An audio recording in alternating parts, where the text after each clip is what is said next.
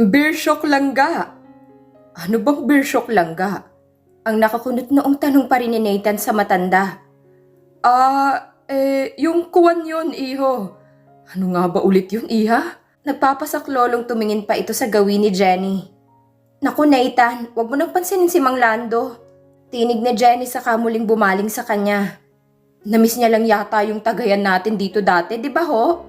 Balik tanong nito sa matanda. Ha? Oo iho, ganun nga yon. Tugon nito na medyo nangangatal sa pagsasalita. Uwe, ba't ho kayo nangangatal saka bakit hindi ka makatingin sa akin?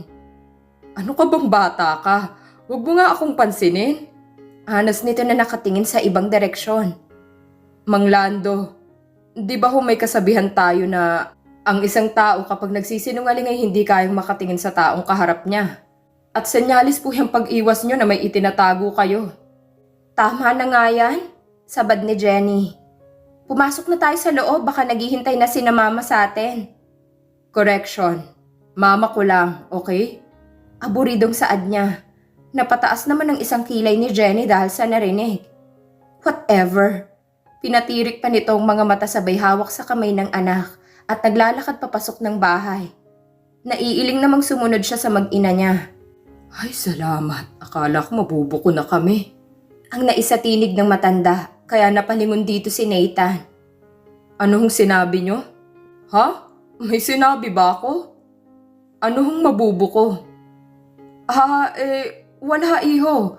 Ang sabi ko, aalis na ako. Matapos yun ay naglalakad na ito patungo sa quarters nito. Pahamak ka talagang bibig ka. Bulong nito na hindi nakaligtas sa matalas na pandinig ni Nathan. May itinatago yata ang dalawang yun. Kung ano man yun, kailangan kong malaman. Usal niya sa sarili, saka patakbong pumasok sa loob ng bahay. Naabutan niyang nasa dining room ang kanyang mga magulang, kasama ang kanyang mag-ina. Naupo siya sa tabi ng kanyang anak. So, kamusta naman ang buhay ng may asawa, iho? Pagbubukas paksa ng kanyang ama. Tumingin muna siya kay Jen saka sumagot. Maayos naman ho. Ikaw, iha, maganda bang trato sa'yo ng anak namin? Hindi ba kayo nag-aaway? Baling ng kanyang ama sa asawa. Nakita niyang natigilan ito, saka pasimpleng sinulyapan siya. Umiwas siya ng tingin at inabalang sarili sa pagkain. Okay naman ho, Papa.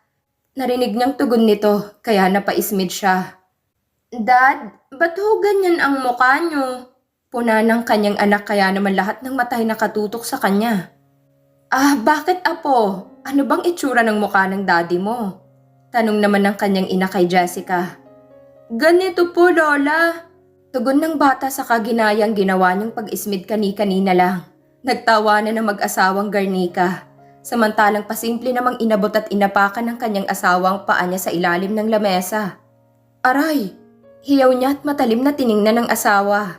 Pinandilatan lamang siya nito saka itinuon ng atensyon sa pagkain. Nako kayong dalawa, iwasan niyo nga ang mag-asaran sa harap ng apo namin. Hindi magandang ganyan. Wika ng kanyang mama na may halong sermon. Oo nga naman mga anak. Gatong naman ng kanyang ama. Tumango na lamang ang dalawa bilang sagot sa mga ito at tahimik na itinuloy ang pagkain. Matapos makakain ay nagpahangin siya sa likurang bahagi ng kanilang malaking bahay. Naupo siya sa duyan na naroon at nagmuni-muni. Hindi nagtagal ay namataan niya ang asawang si Jenny sa may hardin at kausap si Mang Lando. Out of the blue ay pasimple siyang tumalilis at dumaan sa kabilang bahagi ng kanilang bahay, palapit sa mga ito. Tsismoso na kung tsismoso. Ngunit nahihiwagaan siya sa mga ito, kaya tahimik siyang nakinig sa usapan ng dalawa. Hindi pa rin ako makapaniwala na nagbunga ng magandang kapangahas ang ginawa mo noon, iha. Ang natatawang saad ng matanda. Ako nga rin po, Mang Lando. Ni sa panaginip, hindi ko pinangarap na maging ina sa murang edad.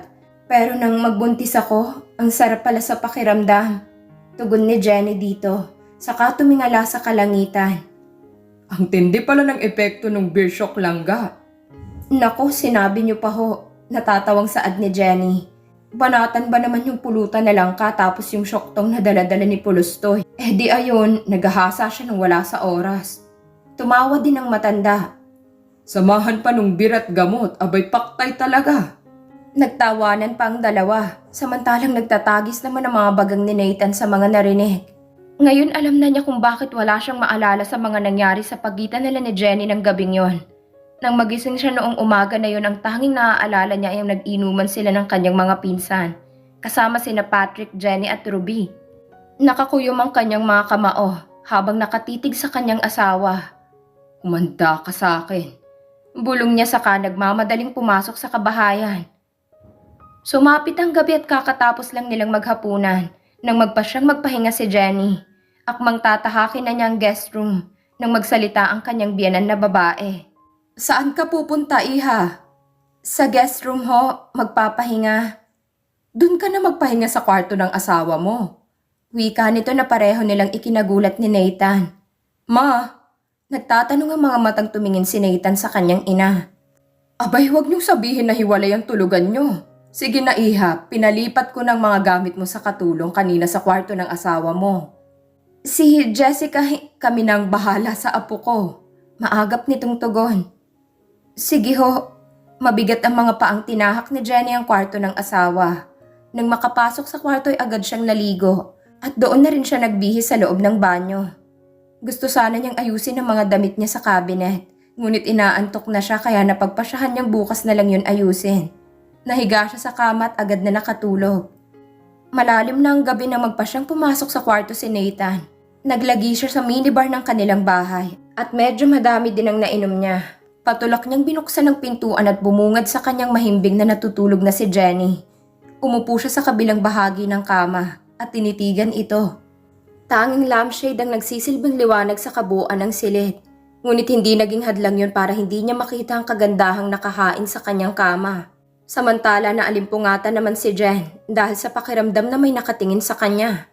Bigla siyang napabalikwas ng bangon nang mabungaran ng asawa na matamang nakatitig sa kanya. Tansya niya ay nakainom ito dahil sa amoy nito at namumungay na mga mata. Maya-maya ay pinukol siya nito ng matalim na titig, kaya nakaramdam siya ng takot sa nakikitang itsura ng asawa. Para itong isang ulol na handa siyang dakmain anumang oras. Dahil doon ay mabilis siyang tumayo at sumiksik sa isang sulok. Nagulat naman si Nathan sa ginawa ng asawa, kaya nag-ibang ekspresyon ng kanyang muka. Napangisi at dahan-dahan siyang humakbang palapit sa kinaroroonan nito. "Tulog pala ako at lasing ng mabuo si Jessica, kaya wala akong matandaan."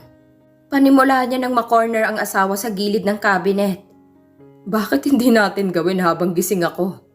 Hamon niya dito at sinimulang haplusin ang balikat nito.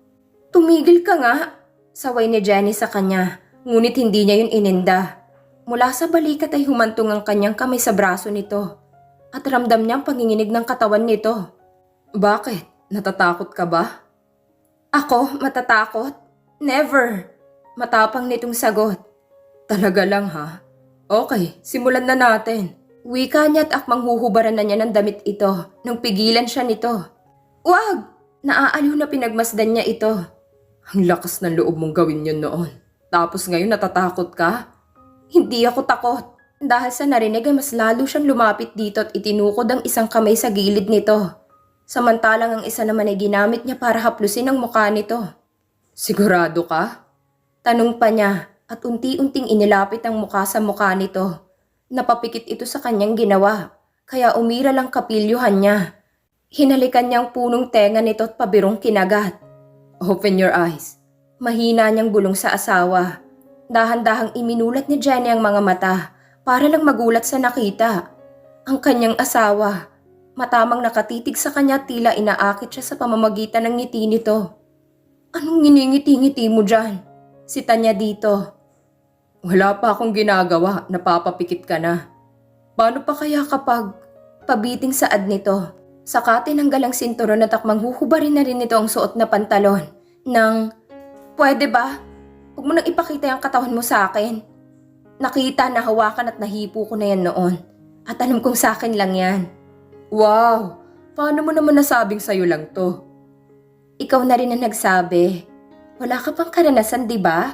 Kaya malamang sa alamang matapos ko yung pagsawaan ng isang gabi, wala pang ibang nakakakita niyan." "So inaari mo ang katawan ko?" "Bakit? Masama ba? Baka nakakalimutan mong asawa na kita." Nakangiting tugon ni Jenny. Hindi porket nasayaran mo na tatikman mo na, sa'yo na. Tanggapin mo na lang na may free taste lang talaga. Ganti naman niya sa asawa. Free taste? Hindi na masama. Alam mo bang nag-enjoy ako sa libreng tikim na yon? Talaga lang ha. Pero alam kong mas mag-e-enjoy ka sa gagawin ko. Pagkawika niyon ay walang babalang sinakop niyang nakaawang na mga labi ng asawa. Nagulat man ay mabilis namang nakabawi si Jenny at tinugon ang halik ng asawa. Naramdaman ni Nathan ang pagtugon ng asawa, kaya naman mas lumalim ang halikan nila. Ang mga kamay niya ay tila may sariling isip na kusang naglakbay sa katawan nito. Hinapit niya ito lalo at sinimulang buksan ang botones ng suot nitong pajamas habang magkalapat pa rin ang kanilang mga labi. Nadadarang na siya sa ginagawa ng asawa, ngunit natigilan siya nang maramdaman na naguhumindig nitong harapan na tumatama sa ibabang bahagi ng katawan niya. Hindi siya handa doon, kaya naman mabilis niyang itinulak ang asawa at tumakbo papasok ng banyo. Dahil hindi napaghandaan ang ginawa ng asawa ay nawalan si Nathan ng balanse at tuluyang nabuwal sa sahig. Nang makabawi ay nakangising tumayo siya sa tapat ng pintuan kung saan pumasok ang asawa. "Duwag!" Malakas niyang sigaw dito. "Hindi ako duwag!" Ganting sigaw nito. "Get ready for my sweet revenge, baby." Malanding wika niya dito na sinundan pa ng nakakalokong tawa. "O lol, matulog ka na!" Dahil sa narinig ay tuluyan na siyang napahalakak ng malakas. Nagising si Nathan dahil sa pagtama ng liwanag sa kanyang muka. Inis siyang bumangon at umupo sa kama, saka hinanap ang asawa. Nakita niya itong nakatayo sa may tapat ng bintana at nakadungaw sa maglolang abala sa paglalaro sa may hardin. Dahil nakatagilid ay malaya niya itong napagmasdan. Inaamin niyang maganda ito. Makinis ang balat kahit hindi kaputian. Katamtamang tangos ng ilong at bilog ang mga mata. Naglakbay ang mga mata niya sa katawan nito. Sa simple nitong suot na short at oversized na t-shirt, hindi maipagkakailang magandang hubog na yon. Bumalik ang tingin niya sa mukha nito at tumigil yon sa mga labi nitong nakapaskil ang isang ngiti habang nakatanaw pa rin sa kanilang anak. Naisip niyang kung hindi siya nito ni-reject at sinaktan noon, marahil masaya at nagmamahalan pa rin sila hanggang ngayon at magkasamang tinupad ang mga pangarap. Wala din sanang sapilitang kasal na naganap sa pagitan nila ngayon. Ngunit nangyari na ang nangyari, hindi na maibabalik pang nakaraan. Nakaraan kung saan una siyang nabigo at nasaktan. Kinasusuklaman niya ang salitang arranged marriage. Simula nang masadlak sa hindi magandang sitwasyon ng kanyang kapatid na lalaki. Napikot ito at napilitang pakasalan ng babae kahit labag sa kalooban nito dahil sa pananakot na sasaktan ng mga itong pamilya ng babaeng totoong kasintahan nito. Naging miserable ang buhay ng kanyang nakatatandang kapatid dahil doon. Nabubuhay na puno ng kalungkutan at pagtitiis sa piling ng babaeng sapilitang ipinakasal dito. Kung pera lang ang pag-uusapan, magagawan sana ng paraan. Ngunit mas makapangyarihan ang pamilya ng babaeng nakapikot dito. Tanda pa niyang huli nilang pag-uusap. "Kumusta ka na?" Tanong niya dito nang minsang dumalaw ito sa bahay ng kanilang mga magulang. "Heto, para na rin akong patay na buhay. Walang kalayaan. Palaging nakabuntot ang asawa ko saan man ako magpunta. I missed her so much." Tukoy nito sa kasintahan na naiwan sa Maynila. "Alam na ba niya?" "Yes, at hindi ko siya masisisi kung isumpa niya ako dahil sa galit niya sa akin. I ruined her life, our dreams, lahat nawala sa akin. Ang pinapangarap kong magandang buhay kasama siya. Ang ibigay ang kasal na minimithi niya. Lahat yun naglaho dahil sa kagagawa ng asawa ko. Kaya ikaw." Patuloy nito na tinitingnan pa siya at masuyong tinapik sa balikat. "Mag-iingat ka. Huwag na huwag mong hayaan ang sarili mo na masadlak sa ganitong sitwasyon. Ayokong sapitin mong sinapit ko. Never get married to the person na hindi mo mahal. Mas masaya pa rin at siyakang kaligayahang matatamasa mo kapag nagpakasal ka sa taong mahal ka at mahal mo." "Hindi talaga kuya. Alam mo naman may pangarap kami ni Jenny paglaki namin. Magpapakasal kami at magkakaroon ng mga anak." Buo ang loob na tugon niya dito.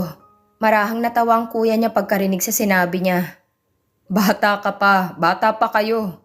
Marami pang pwedeng mangyari at magbago sa mga susunod na araw. Pero bilang kuya mo, hinihiling ko na sana matupad niyong pangarap na yan." Marahil nga ay bata pa talaga sila noon. dahil nagkatotoong sinabi ng kapatid niya. Third year high school sila noon nang pag-usapan ng kani-kanilang magulang ang tungkol sa kasunduan na ipapakasal sila pagdating ng tamang panahon. Natuwa sila noon dahil nga sa murang edad nagkakaunawaan ng kanilang mga puso. Ngunit sa pagdaan ng mga araw narinig na lamang niya mula sa bibig ni Jenny habang kausap ang ina nito na hindi siya nito mahal at hindi raw ito magpapakasal sa taong hindi siya mahal at hindi nito mahal. Sobra siyang nasaktan. Akala niya mahal siya nito. Hindi pala. That day, nangako siya na walang kasalang magaganap sa pagitan nila ni Jenny. Naalala pa niyang binitiwan niyang salita noon. Hindi rin ako magpapakasal sa babaeng hindi ko mahal. Isinumpa niyang hindi niya sasapitin ang sitwasyong kinasadlakan ng kapatid. Itinatak niya sa isipan na magpapakasal lang siya sa taong mahal siya at mahal niya. But everything has changed nang bumalik si Jenny, kasama ang kanilang anak. Wala siyang choice kundi ang pakasalan ito for the sake of their daughter. Matagal itong wala sa tabi niya, kaya ipinangako niyang babawi siya at susulitin ang mga panahong magkalayo sila. Nang maalala ang anak ay mabilis siyang tumayo at pumasok ng banyo para maghilamos. Napalingon naman si Jenny nang makitang pumasok sa banyo ang asawa. Naglakad siya patungo sa kama at nahigang muli sabay dampot sa kanyang cellphone. Abala siya sa pagbutingting ng cellphone, kaya hindi niya namalayang nakalapit na sa kanya si Nathan. Habang pinupunasan ng tuwalya ang muka. Bulaga! Tinig nito dahilan para mabitiwan niya ang cellphone. Ay kabayong bakla! Sa gulat ay nasambit niya sabay bato dito ng unan. Tumawa ang asawa sabay na upo sa tabi niya. Ako, kabayong bakla? Tanong nito habang papalapit ang mukha nito sa mukha niya. Anong ginagawa mo? Tanong niya na pilit iniiwas ang mukha dito. Hey, relax my dear wife. Wala pa akong ginagawa, nanginginig ka na. Paano pa kaya kung... At bigla nitong inilagay ang isang kamay sa ibabaw ng kanyang harap. Ang liit naman, parang santol. Pangaasar nito saka siya pinahiga sa kama. Nagpumiglas siya ngunit mabilis itong dumagan sa kanya. Nanggagahasa! Sigaw niya ngunit malakas na tawang narinig niya mula sa asawa. Gahasa nga ba? Hawak pa lang gahasa agad. Di ba pwedeng hipo pa lang? Kasabay na yun ay pinaraanan ng kamay nitong palibot ng kanyang balat. Kahit may suot na damit ay ramdam niya ang init na nagmumula sa palad nito. Hindi niya tuloy maiwasang mapapikit. Bakit ang liit? Yung iba nga mukha ng papaya sa laki. Itong sa'yo maliit. Hindi ka ba nagpa-breastfeeding kay Jessica? Tanong nito na ngayon bahagya ng pumipisil sa kanyang balat. Dahil sa narinig ay mabilis siyang napadilat at nakita niya itong nakatunghay sa kanya. Malamang nasobrahan yun sa himas kaya nalamog. Naging papaya. Naiinis na tugon niya dito. Laitin ba naman ang meron siya? Nasaan ang hustisya? Ngumisi ito sa kanya. So, kailangan ko rin bang gawin yun para lumaki? Ay, ewan ko sa'yong damuho ka. Ano yan sabay tulak dito. Tumayo siya ngunit nasambilat siya nito sa braso. Kaya napahiga siya sa ibabaw nito. Not too fast, baby. Malanding bulong nito sa punong tenga niya. Kasabay niya na nilaro nito ang gilid ng leeg niya. Hindi niya mapigilang mapasinghap sa ginawa ng asawa at napayakap siya dito. Bahagya namang natigilan si Nathan sa pagyakap sa kanya ng asawa. Ngunit saglit lang yon dahil umiral ang kapilyuhan niya. Umikot siya kaya si Jenny na ang nasa ilalim niya. Dahan-dahan niyang ipinasok ang kamay niya sa loob ng damit nito at kinubkob ang balat nito. Oo nga't maliit iyon. Ngunit umaakto lang yun sa palad niya. Hindi na masama. Kanyang naisatinig. Akala ko ba maliit? Ba't pinagtsatsagaan? Nakataas ang kilay na tanong ng asawa. Papalakihin ko. Walang kaabog-abog na sagot niya. Kasabay na yun gumapang ang isa niyang kamay sa ibabang bahagi ng katawan nito. Ngunit natigilan siya nang may makapa sa bahaging yon. Napansin naman yun ni Jenny kaya humagalpak ito ng tawa. Sorry, may red tide ako. Red tide? Ano yun? Kunot noong tanong niya. Monthly period. Natatawa pa rin tugon ng asawa. Dahil sa narinig ay nalukot ang mukha ni Nathan. Ngunit bigla ring lumiwanag na may maisip. Ngumiti ito ng nakakaloko sabay tingin sa kanya. Pwede naman kahit. Hoy Mr. Nathan Garnica, kung ano man niyang nais, natigilan siya sa pagsasalita nang halikan nitong isa niyang kamay at inilagay sa tapat ng harap nito. Hindi siya makagalaw at tila nanigas ang buo niyang katawan.